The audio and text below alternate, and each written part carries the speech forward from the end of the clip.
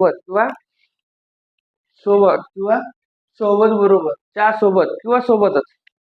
ॲजचा अर्थ होतो सोबत, त्यासोबत.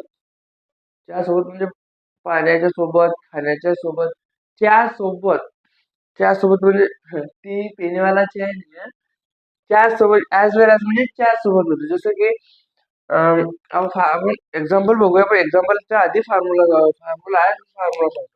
हे जे फॉर्म्युले असतात, ते फॉर्म्युले काही नवीन नसतात. ते फॉर्म्युले हे आपल्या पद्धतीने प्रत्येक टीचर बनवत असतात. फॉर्म्युला कसा आहे? सब्जेक्ट प्लस ॲज वेल ॲज, म्हणजे याच्यामध्ये दोन सब्जेक्ट राहणार आहेत. ॲज वेल ॲज म्हणजे दोन सब्जेक्ट राहणार आहे. त्याच्यातला पहिला सब्जेक्ट लिहिल्यानंतर करता, त्याच्यानंतर ॲज वेल ॲज लावणे, त्याच्या ॲज वेल ॲज नंतर नेक्स्ट सरळ सरळ पूर्ण एक्झाम्पलच लिहिणे. ज्या टेस्टमध्ये असेल त्या